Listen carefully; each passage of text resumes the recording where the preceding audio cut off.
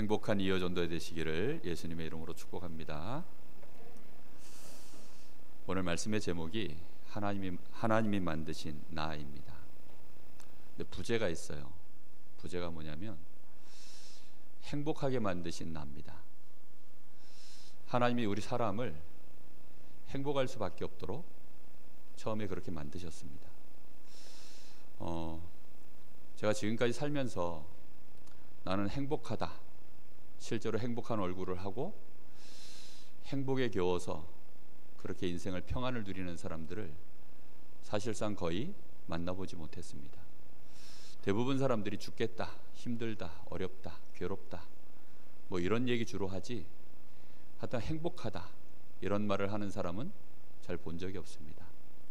옆 사람을 진심 어린 마음으로 축복하겠습니다. 꼭 행복해지시길 바랍니다. 정말 한 주간 동안 우리 성도들을 가슴에 품고 꼭 하나님 우리 성도들 행복해졌으면 좋겠습니다. 그 간절한 마음을 가지고 하나님 앞에 기도하면서 오늘 말씀을 준비했습니다. 여러분, 행복이 뭔지를 알려면 행복에 대한 정의부터 좀 정확하게 알고 계셔야 됩니다. 제가 아무리 사전을 찾아보고 많은 자료들을 찾아봐도 행복이 뭐다, 어떻게 하면 행복해진다, 거기에 대한 정의를 내려놓은 곳이 없어요. 하나님의 말씀인 성경에만 정확하게 그것이 정의되어져 있는데 또 딱히 이게 행복이야 라고 기록되어 있지는 않습니다. 그래서 성경의 전체적인 사상, 전체적인 흐름, 특히 인간을 창조하신 하나님이 우리 인간을 언제 행복하게 만드셨는가에 대하여 제가 깊이 고민하고 오랜 세월 동안 하나님께 묻고 질문하고, 그리고 하나님 주신 은혜 속에서 내린 결론이 오늘 여러분 서론에 이렇게 써놓은 내용입니다. 김전사에게 제가 계속 이렇게 페이퍼를 간단하게 작성해서 여러분 볼 수 있도록 그렇게 만들어서 주라고 제가 미리 토요일 날 설교 내용을 이렇게 제가 전달을 해줍니다. 다 받으셨는지 모르겠는데요, 거기 보면 이렇게 되어 있습니다. 복의 근원 속에 있어야 된다. 여러분, 행복은 말 그대로 내가 기쁨이 충만한 것입니다. 내 마음에 평안이 있고 감사가 있고, 상대적인 것이 아니라 조건적인 것이 아니라 그야말로 내가 행복 속에, 내가 행복할 수밖에 없는 그 근원 속에 내 인생이 들어가 있을 때 그게 행복의 시작입니다. 근데 사람들은 자꾸 행복을 쫓아다니죠. 행복은 그렇게 해서 오는 게 아니에요.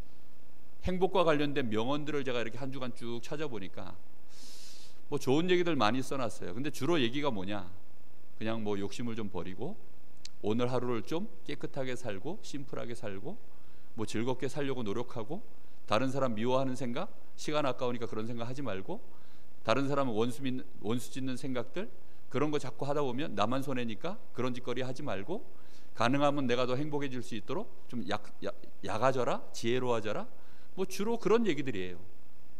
암만 그렇게 해본들 그렇게 할 수도 없고, 내 옆에서 나를 자꾸 옆구리 찌르는 인간이 있으면 그거 됩니까? 그거 안 되거든요. 예전에 제가 너무 스트레스 받아서 윗병이 나가지고 늘 먹으면 얹힐 때 병원에서 의사가 했던 말하고 똑같은 종류의 말들밖에 없어요. 스트레스 때문에 그러니까 스트레스 좀 그만 받으세요. 마음을 편안하게 먹으면 되니까 마음 좀 편안하게 먹으세요. 돌아서서 나올 때마다 얼마나 약이 오르든지 저 의사가 지금 나를 약으로 올리는구나, 이런 생각이 들더라고요. 여러분, 진짜 행복을 여러분 알려고 하면 이 행복의 근원 속으로 내가 아예 들어가야 됩니다. 분명히 오늘 말씀 속에 인간은 창조주가 아닙니다. 우리는 하나님을 믿기 때문에 틀림없이 하나님이 나를 창조하셨는데, 하나님이 우리 사람을 어떻게 창조하셨습니까? 하나님이 우리 사람의 행복의 근원이 되도록 그렇게 만드셨습니다. 우리는 반드시 그 속에 들어가야 되는 거예요. 그런데 사람들은 이 부분에 대해서 되게 인식이 약해요. 하나님께 내가 뭔가를 얻어야 된다라고 생각하는데 그게 아니고 하나님과 함께하는 자체가 행복의 시작입니다. 그리고 그것만으로는 안 돼요. 또 하나 분명한 게 뭐냐면 충만한 상태가 돼야 됩니다. 내가 이 복의 근원으로 들어가서 그 속에서 주시는 것으로 말미암아 내가 충만해져야 돼요. 우리의 생명은 하나님께 있죠. 하나님의 생명으로 충만해져야 돼요. 능력도 하나님께 있습니다. 하나님이 주시는 그 능력으로 내가 충만해져야 돼요. 그리고 하나님이 나에게 주시는 지혜로 충만해져야 돼요. 하나님이 주시는 그 힘이 나에게 충만해져야 돼요. 여러분 그런 체험 해본 적 있으십니까? 하나님으로 말미암아서 내가 충만해지는 거예요. 완전히 포만감을 느끼는 것입니다. 완전히 만족 상태가 되는 거예요. 여러분 그런 은혜를 누리셔야만 행복해집니다. 그럼 그때는 어떤 상황이 되는 줄 아세요? 야, 나는 돈 없어도 괜찮아. 야, 나는 부모님이 나를 혹시 버려도 하나님만 있으면 나는 괜찮아. 야, 정말로 하나님이 계시는구나. 야, 정말로 하나님이 나를 아시는구나. 하나님이 나와 함께 하시는구나. 하나님이 내 사정을 너무 잘 아시고 하나님이 능력자가 되시는데 하나님이 나의 아버지시구나. 이제 이런 것들이요, 내 마음속에서 막 이게 기쁨으로 올라오는 거예요. 그거보다 더 큰 행복은 없고요, 그거보다 더 큰 만족은 없습니다.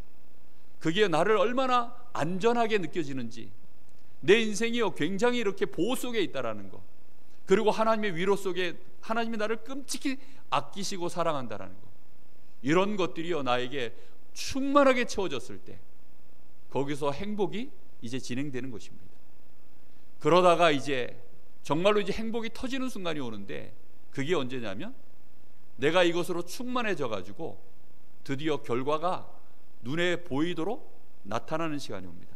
그걸 보고 되어지는 상태라고 제가 써놨는데요, 여러분 되어지는 결과가 오는 거예요. 나무를 심었는데, 여러분 예를 들어서 사과나무를 심었어요. 자, 이 사과나무를 심을 때 어디다 심지요? 물에다 심습니까? 바위에다 박습니까? 어떻게 하지요? 분명히 이 사막 가운데 심지 않아요. 어디다 심습니까? 비옥한 땅에다가, 거기다가 이 사과나무를 딱 심습니다. 그게 사과나무에게는 행복의 시작이에요. 그렇죠? 그 어떤 경우에도 다른 것으로는 행복이 시작될 수가 없어요. 살려고 몸부림치고 기를 쓰고 독을 품어내지 절대로 행복해질 수가 없습니다. 그런데 사과나무를 이 나무의 땅에다 심어 놓으면 그때부터 살아요.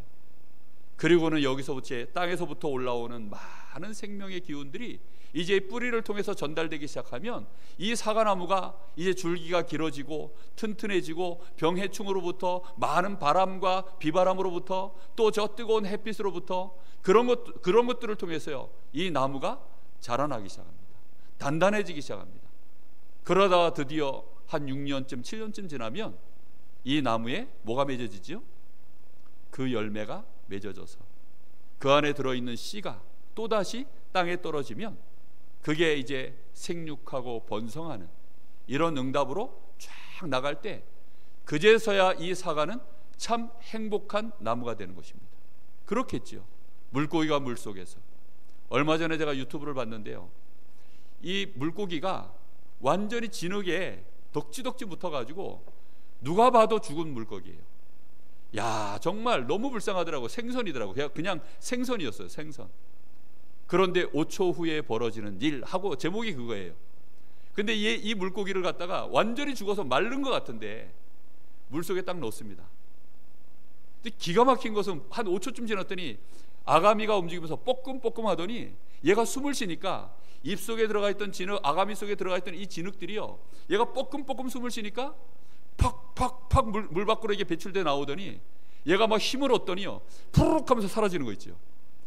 야, 깜짝 놀랐습니다. 그게 근원 속에 있다는 뜻입니다. 우리 사람은 어디 있어야 될까요? 정말 이 결론을 내리셔야 돼요. 사람은 어떤 존재입니까? 어디 있어야 진짜 내 행복이 시작됩니까? 내가 어디로부터 힘을 얻어야 이 나의 행복의 이 근원이 단단해집니까? 내가 어디에서부터 열매를 얻어야 그 열매가 또 나에게 만족이 되고 다른 사람에게 살릴 수 있는 행복의 열매가 될까요? 그것은 오직 하나님께로부터 시작되는 것입니다. 여러분, 그래서 여러분 마음속에 오늘 딱 결론을 내리셔야 돼요. 돈에 있지 않다. 사람의 행복은 사람에게 있지도 않다. 결혼에 있지 않아요. 그래서 좋은 직장에 있지 않습니다. 대단한 스펙에 있지 않아요. 부탁합니다. 특히 우리 여자분들 남편 바가지 대충 긁으시기를 예수님의 이름으로 축복합니다.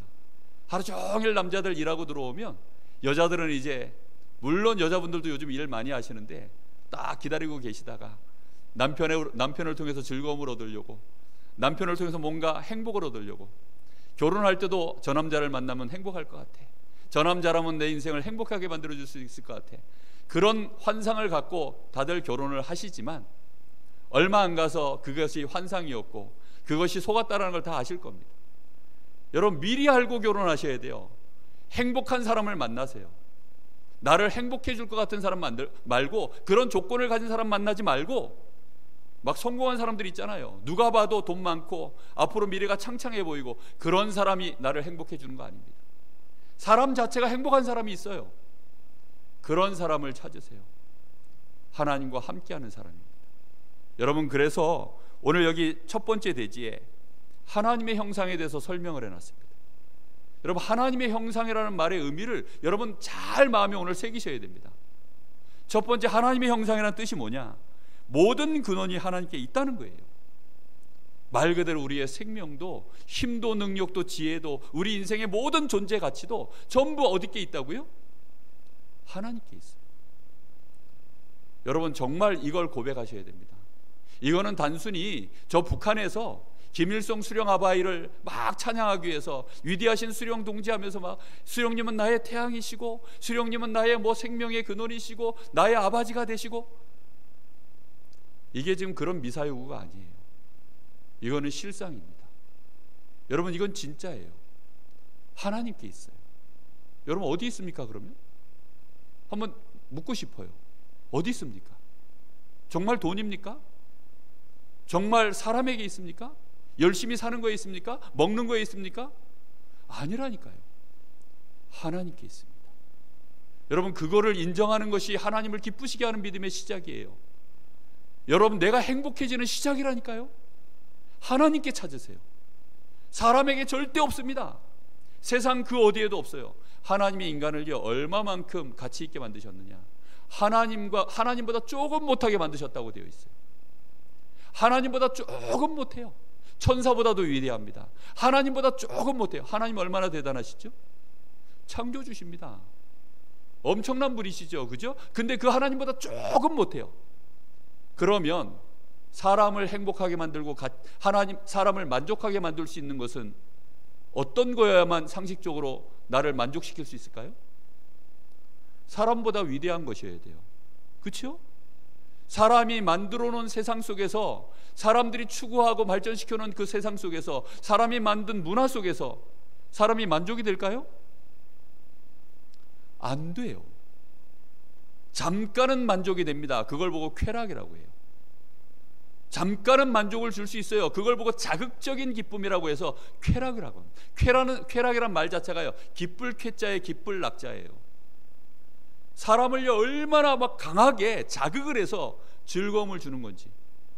그래서 막 음악도요 막 굉장히 막 귀를 때려야 되죠. 정신없게 만들어야 됩니다. 춤도 현란해야 돼요. 굉장히 제가 한 번은 제가 저 국군 강릉병원에 거기 사역 들어갔을 때예요. 간호장교 한 명을 누가 소개를 시켜줬어요. 이 친구가 보니까 소개를 해주는데 이 친구 상태가 어떻다라고 얘기를 해주더라고요. 이 친구는 주말이면 여잔데, 간호장교 아닙니까? 여잔데 일단 뭐 주로 취미생활이 뭐냐면 하프 마라톤. 취미생활이 하프 마라톤이에요. 여러분, 하프 마라톤 42.19km를 절반을 뛰려고 하면 정말 어렵습니다. 근데 그게 취미생활이에요. 또 뭐냐? 저 암벽 등반 이런 거. 그럼 그런 걸 좋아하느냐? 별로 그런 거 좋아하지 않아요. 근데 그런 걸 해요. 왜 하느냐? 주말에 시간이 많이 나오면 머릿속이 복잡해가지고 그걸 고되게 해서 아무 생각 안 하려고 뛴다는 거예요. 그나마 감사하고 건전하지요. 어떤 사람들은 술을 퍼마시는데, 여러분 전부 진통제입니다. 알고 보면 사람들이 과학을 발전시키고 문화를 발전시켜서 사람들을 뭔가 속이고 있는 거예요. 그걸로 내가 행복하고 있다 착각하도록 만들거나 아니면 나의 불행을 잊어버리도록 만드는 진통제에 불과한 것이지, 절대 그거는 환각제에 불과한 것이지, 그거는 행복이 아닙니다. 나를 치유해 주거나 나를 실제로 행복하게 만들 수 있는 게 아니에요. 우리의 행복의 근원은 하나님께 있습니다. 그게 하나님의 형상이라는 뜻이에요. 하나님이 나를 그렇게 만드셨습니다. 그래서 나는 하나님 없이는 못 살아요. 하나님을 향하여 나아가면 나아갈수록, 하나님과 관계가 깊어지면 깊어질수록, 그래서 내 마음속에요 행복이 시작됩니다. 하나님을 떠나면 어떻게 될까요? 하나님 모르면 어떻게 될까요? 결국은 불행해집니다. 시간 지나면 결국은 허무해집니다. 결국은 공허해져요. 결국은 모르겠다 이렇게 됩니다. 나는 이렇게 수고하고 열심히 살았는데 왜 내 인생은 이런 줄 모르겠다. 나는 이렇게 바르게 몸부림쳤는데 결국은 내 인생은 왜 이렇게 됐으며 내 자식들은 왜 이렇게 됐는지 모르겠다. 우리 집은 왜 이렇게 됐느냐, 내 인생은 왜 이렇게 됐느냐 모르겠다. 결국은 그렇게 됩니다. 두 번째 하나님의 형상이라는 말은 인격체라는 뜻입니다. 여러분, 사람은 인격체예요. 그 인격체라는 말 속에는 하나님이 사람이 인격이 되도록 만들려고 자유의지라는 걸 주셨어요. 사람들이 자유의지 이러니까 자꾸 착각을 해서 이 말을 혼돈합니다. 자유의지는 내 마음대로 막 하는 의지라는 뜻이 아니에요. 자유의지라는 말은 인격대로, 다시 말하면 내가 선택을 하는데 선택이 가능해질 수 있는 의지를 말하는 거예요. 지정의가 인격의 바탕입니다. 지라는 말은 뭐지요? 지식이라는 겁니다. 지식, 들어오는 정보. 거기에 따라서 내 감정, 이게요 변화가 일어나요. 그걸로 감정의 변화가 일어나면 결국은 의지가 생기는 거죠.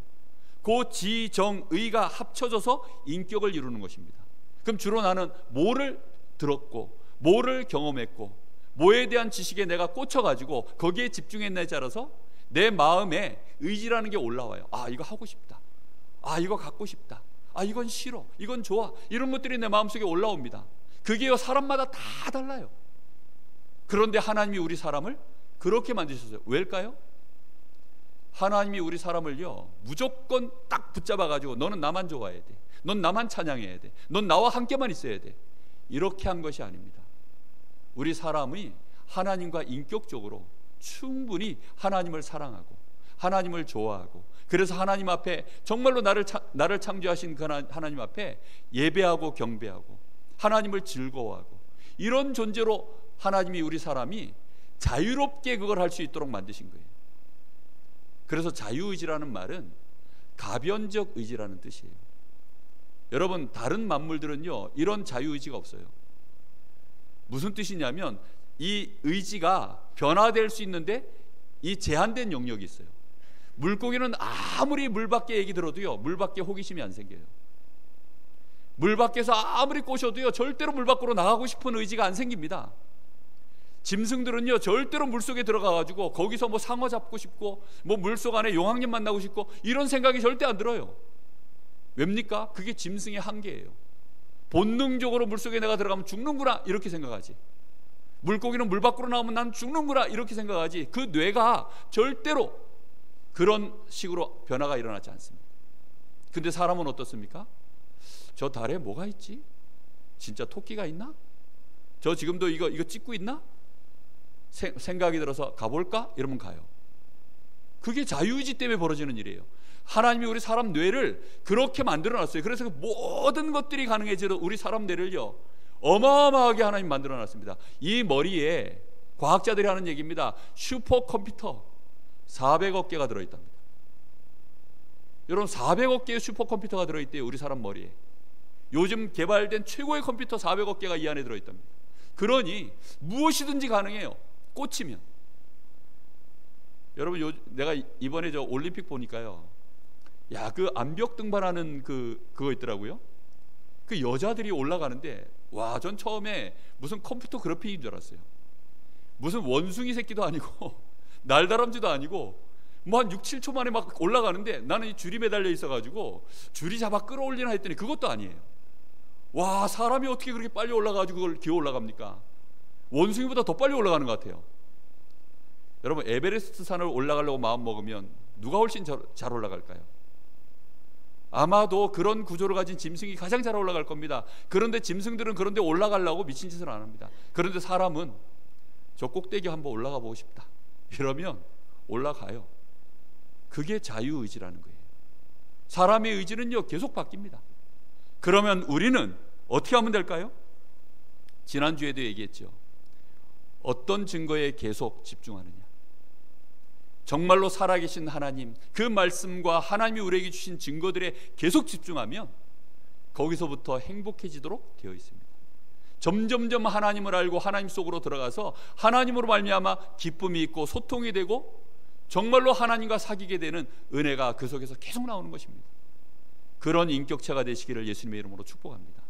하나님을 기뻐하고 하나님을 너무 사랑하고 하나님께 감사하고 하나님으로 말미암아 내 인생에 이유가 나오고 그런 인격체가 되셔야 돼요. 그게 진짜 행복한 인격입니다. 세 번째, 자유의지라는 말은 하나님을 드러내는 축복의 통로란 뜻이에요. 말 그대로 하나님의 형상이라는 말은 하나님께서 우리를 통하여 세상에 하나님을 드러내신다는 뜻이에요. 그래서 사람이 없으면 하나님을 보지 못해요. 모든 만물이 그래서 고대하는 것이 하나님의 자녀들, 하나님의 형상을 회복한 자들이 나타나기를 고대한다, 이렇게 말하고 있습니다. 여러분, 우리는 축복의 통로입니다. 그래서 에베소서 1장 10절에도 하늘에 있는 것과 땅에 있는 것이 우리를 통하여 통일시키게 하려고 하나님이 우리를 부르셨다라고 나옵니다. 예수님도 주기도문을 통해서 이렇게 말씀하시죠. 너희는 기도할 때 이렇게 기도해라. 뜻이 하늘에서 이루어진 것처럼 땅에서도 이루어지도록 기도해라. 너희는 먼저 그의 나라와 그의 의를 구하라. 여러분, 우리는 하나님의 뜻이 이 땅에 이루어지도록 하나님이 통로로 삼은 축복된 존재입니다. 여러분, 그래서 이 하나님의 형상다운 삶을 내가 진짜 알고 그렇게 인도받아가기 시작하면 따라오는 게 행복입니다. 여러분, 불행이라는 것이 찾아오질 못해요. 왜요? 원체 인간이요, 그때부터는 강한 존재가 되기 때문입니다. 여러분, 사자와 원숭이가 같이 있으면 누가 행복할까요? 누가 행복할까요? 당연히 사자가 행복하고 원숭이들은 불행하겠죠. 왜요? 아침 때 원숭이 한 마리 먹으면 되고, 점심 때 원숭이 두 마리 먹으면 되고, 저녁 때 또 원숭이 한 마리 드시면 되니까 사자가 얼마나 행복하겠습니까? 그런데 안타깝게도 원숭이들 우리 안에 새끼 사자가 들어간 거예요. 요게 이제 갓 젖을 때고 새끼 사자가 들어갔는데 원숭이 놈들이 이게 새끼 사자니까 얼마나 만만하겠습니까? 그래가지고 이 새끼 사자를요, 가만 보니까 여기에 혼자 있고 어미는 없고 혼자서 이게 막 바둥바둥 거리고 있으니까 내려와가지고 귀도 땡기고 콧구멍도 쑤시고 막 싸대기도 때리고 털도 하나씩 뽑고 맨날 괴롭히는 겁니다. 이 새끼 사자가요, 그냥 그래도 죽지는 않고 견뎌요. 사육사가 와서 맨날 뭐 이렇게 조금씩 먹을 거 주니까 먹고 시간이 지나갑니다. 근데 문제는요, 이제 이 사자가 시간이 지나기 시작하니까 얘가 원래 어떤 애죠? 말 그대로 맹수입니다. 맹수, 백수의 왕입니다. 얘가 원래 존재가 그런 놈이에요. 존재 자체가. 원숭이들은 원래 사자를 무서워하게 돼 있는데 얘네들이 아직 새끼 사자가 힘이 충만하지 못하고 자기 존재로서의 이 능력을 충만하게 발휘할 수 없는 상태가 되놓으니까 그걸 알고요, 계속 와서 이제 괴롭히는 것입니다. 그런데 어느 날 이 새끼 사자가 원숭이들이 와가지고 자기를 괴롭히는데 뺨을 때리는데 별로 안 아픈 거예요. 아니, 자기를 막 이렇게 옆구리를 찌르는데 이제는 뭐 견딜만 한 거예요. 나중에 시간 지나니까 하나도 안 아프고 이제는 간지러운 거예요. 그러다가 어느 날 갑자기 좀 맛있겠는데? 원숭이를 쳐다보는데 좀 맛있겠는데? 침이 슬 흘러나오면 행복 시작입니다. 무슨 말인지 이해됐습니까? 여러분, 하나님의 형상으로서 나를 찾아내세요. 그것으로 여러분 정말로 힘을 얻고 그 안에서 충만해지기 시작하면 진짜 행복해집니다. 그렇게 되어진 요셉이 애굽에 간 거예요. 애굽에 갔는데 어떻게 됩니까? 애굽 전체를 다 살려버려요. 하나님의 신에 충만한 이 요셉이 바로왕 앞에 섰는데 바로왕에게 답을 줍니다. 그리고 애굽 나라 전체를 다 살려버려요. 자기를 팔아먹었던 그 형들을요, 전부 살려냅니다. 어떻게 가능합니까? 하나님의 형상을 회복하면 가능합니다. 그러나 여러분, 반드시 하나 기억하셔야 돼요. 우리에게 불행을 가져다 주는 존재, 이게 있어요. 저는 이런 존재가 있다는 사실을요, 절대 모르다가 깜짝 놀랐습니다. 이런 놈이 있다는 거를. 이게 처음 나타난 것이 창세기 3장에 그 존재가 이미 있다가 창세기 3장의 그 모습을 처음 드러냈죠. 계시록 12장 1절에서 9절에 보니까 이게 옛 뱀, 곧 마귀 이렇게 표현되어 있습니다. 다시 말하면 창세기 3장의 그 뱀 속에 마귀가 들어가서 우리 인간을 불행을 가져다 주는 시작을, 계책을 만든 겁니다. 그래서는 하나님을 떠나도록, 범죄에서 하나님을 떠나고 하나님 모르도록 이렇게 만들어 버린 것입니다. 요 마귀는 그래서 우리 인간을 사실은 함정에 빠뜨려 버렸어요. 가짜 함정 속에 하나님을 떠난 인간이 이제는 뭐밖에 모르느냐? 나 중심 된 거예요. 나만 행복하면 돼, 나만 배부르면 돼, 나만 괜찮으면 돼. 모든 걸 나 중심으로 생각을 해가지고 행복도 그렇게 찾는 거예요. 내가 생각할 때는 이게 행복이에요, 내가 생각할 때는 저게 행복이에요. 전부 틀린 거죠.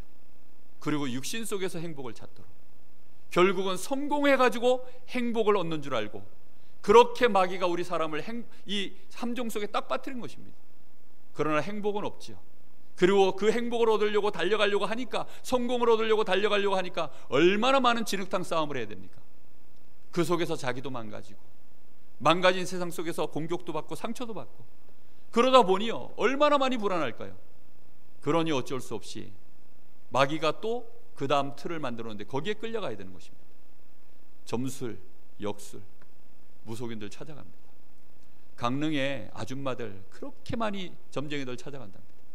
하여튼 모여가지고 개 얘기하고 나면 모여가지고 어디가 좋다더라, 어디가 용하다더라, 어떤 점쟁이가 이렇게 얘기했는데 그대로 됐다더라, 용하게 맞추다더라. 그걸 의지합니다. 따라갈 수밖에 없어요. 마귀는 세상 풍속을 가지고 또 끌고 갑니다. 막 사주팔자 이런 거 가지고 끌고 갑니다. 심지어는 교회까지도 종교로 만들어서 교회에서 막 기복신앙으로 교회를 그렇게 만들어 버립니다. 하나님 믿으시기를 예수님의 이름으로 축복합니다. 결국은 절대 빠져나올 수 없는 불행의 올무 속에 사람을 꽉 묶어버려요. 정신적으로 고통이 계속 오고요, 육신의 삶도 끊임없이 어려움이 오고요, 미래도 불안하고요, 가정도 불안하고요, 내 자녀를 봐도 불안하고요, 내가 나를 봐도 불안하고, 뭘 열심히 하고 있어도 불안하고, 그러니 더 열심히 해야 되고, 남들 보고 있으니까 나보다 더 열심히 하는 것 같고, 그러니 또 불안하고요, 그러니 쉴 수가 없어요. 경쟁해야 돼요. 끊임없이 싸워야 됩니다. 행복하질 않아요. 무엇을 해도 불안합니다. 근데 더 중요한 것은요, 이 마귀는 지금도 활동하고 있어요. 누구에게 공격하느냐? 불신자는 이미 끝났고요, 하나님의 자녀들 신자들에게까지도 지금 계속 공격하고 있습니다. 마태복음의 4장에 보면 여러분 잘 아시죠? 예수님 공생애 시작할 때 이 마귀가 예수님 시험 걸려고 예수님에게까지 찾아왔던 거, 뭐 가지고 시험합니까? 이 돌덩이 가지고 빵을 만들어 먹어라, 먹는 거 가지고요. 예수님 40일을 굶주렸으니까 이 돌덩이 가지고 먹을 거 만들어서 그거 해 먹어라, 이렇게 공격을 해옵니다. 유혹을 하는 거죠. 또 명예를 자극합니다. 네가 이 성전에서 뛰어내리면 천사들이 와서 너를 받쳐줄 거 아니냐, 그걸 사람들이 보고 와 정말로 하나님의 아들 그리스도가 맞구나, 이렇게 우러러볼 거 아니냐. 명예를 자극합니다. 결국에는 뭐지요? 성공을 자극해요. 세상 천하만국을 보여주면서요, 이거 다 줄게, 나한테 엎드려 경배해. 그게 마귀가 쓰는 전략입니다. 예수님께 와서도요 딱 그 전략을 가지고 공격을 하는 것입니다. 예수님의 제자들에게까지도, 예수님이 함께 계시는데도 불구하고요, 예수님과 바로 함께 대화하고 있는 요 제자에게까지도 마귀가 들어갑니다. 무섭죠? 대단하죠? 베드로가 주는 그리스도시여 살아계신 하나님의 아들, 요 고백했던 마태복음 16장. 근데요 예수님이 이제 십자가 지시고 고난당할 거 얘기하니까 베드로가 뭐라 그럽니까? 절대 안 됩니다. 그때 예수님이 뭐라 그래요? 사탄아. 얼마나 창피합니까? 근데 그 속에 누가 들어갔다고요? 사탄아. 여러분, 예수님과 함께 대면하고 대화하는 그 앞에 마귀가 들어가 버렸어요. 그게 마귀가 쓰는, 지금도 활동하고 있다는 뜻입니다. 심지어 예수님과 3년을 함께 동고동락했던 가룟 유다, 돈 때문에 예수님을 팔아먹어 버렸어요. 성경에는 뭐라고 되어 있습니까? 사탄이 그 마음속에 들어가서 예수를 팔 마음을 주더니, 이렇게 되어 있습니다. 마귀는 그렇게 역사해요. 자, 그러면 마귀가 언제 집중 공격을 합니까? 마귀는 일단 시스템을 다 깔았습니다. 에베소 6장 12절에 보니까 정사, 권세, 어둠의 세상 주관자, 하늘에 있는 악한 영들, 정치하는 사람들, 왕들, 임금들, 그들을 통해서 시스템 깔아놨고요. 권세자들은 누굽니까? 고위공직자들을 말하는 것입니다. 그 사람들을 통해서 다 시스템 깔아놨어요. 그래서 뭐 절간 세운다 그러면 뭐 엄청나게 나라에서 지원해 줍니다. 교회 세운다 그러면 이런 이유 저런 이유로요 계속 안 된다 그래요. 오늘도 지금 왔다 갔거든요. 막 불꽃 같은 눈으로 또 와서 체크하고 막 보고 그걸 갔어요. 왜 그럽니까? 역대요 공산 국가들이요 기독교를 계속 핍박을 하고 교회를 무너뜨리고 특히 우상을 가지고 계속 교회를 공격하고 역대 정권들이 다 그래요. 왜 그럴까요? 오늘 성경에는 분명히 마귀가 그렇게 한다고 되어 있습니다. 그런데 개인을 언제 공격하느냐? 그렇게 시스템을 쫙 깔아놓고 전방위적으로 공격을 하다가 개인을 공격할 때 베드로전서 5장 7절 8절 염려할 때입니다. 염려할 때 찾아 들어가요. 언제 공격하느냐? 화낼 때입니다. 에베소 4장 27절. 그래서 분을 내어도 해가 지도록 분을 내지 마라.